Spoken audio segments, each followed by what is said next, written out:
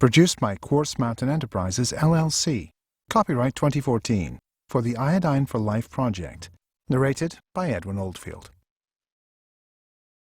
The presentation you are about to hear is a reproduction of an original DVD presentation by Dr. Guy E. Abraham, MD, a former professor of obstetrics, gynecology, and endocrinology at the UCLA School of Medicine, which he created for physicians, other healthcare providers, and consumers.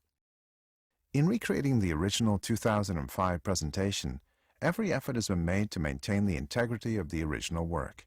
All of the original data has been faithfully preserved. An audio introduction has been added which did not exist in the original video. The responsibility for any errors in its content is ours alone. Introduction. The archaeological and historical references to the use of seaweeds and sponges in the treatment of human ailments extend back thousands of years. The discovery of iodine in 1811 led to the realization that iodine was, in fact, the component in these marine plants and animals responsible for the beneficial effects. This new awareness swept through the medical and scientific communities of Europe, spawning new research to find new applications for the world's oldest medicine. News of iodine spread to the U.S. So many human ailments were found to be responsive to iodine that during the early 1900s, iodine became known as the universal medicine, and Lugol solution was used for medicinal and pharmaceutical purposes by nearly every medical practitioner of the period, and incorporated into the treatments of many deadly diseases of the time. Yet, by the late 1950s, with hundreds of years of history to its credit, iodine began to fall from favor.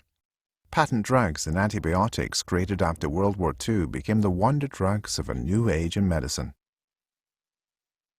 In a few short years during the decade between 1949 and the late 1950s, the professional view of iodine was transformed from the world's oldest medicine and miracle cure to a poison, which was harmful to our health and could destroy the thyroid gland completely if taken in excess of what was to later become the RDA. The dark ages of iodophobia had begun.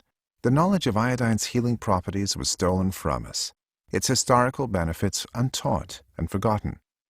For nearly 50 years, generations of new MDs have gone into practice with a limited understanding of iodine, unaware of the implications of its absence and blind to the key observations of their predecessors.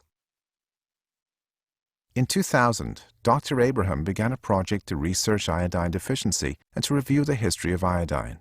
This presentation consists of his findings and shatters the conventional medical wisdom we've been spoon-fed for half a century. He challenged the conclusions of Jan Wolf and Israel Shaikov, who erroneously theorized that iodine caused damage to the thyroid glands of rats and was therefore harmful to humans. Dr. Abraham published his own conclusions in a 2005 paper, The Wolf-Chaikoff Effect, Crying Wolf, which exposed the inaccuracies of the Wolf-Chaikoff report.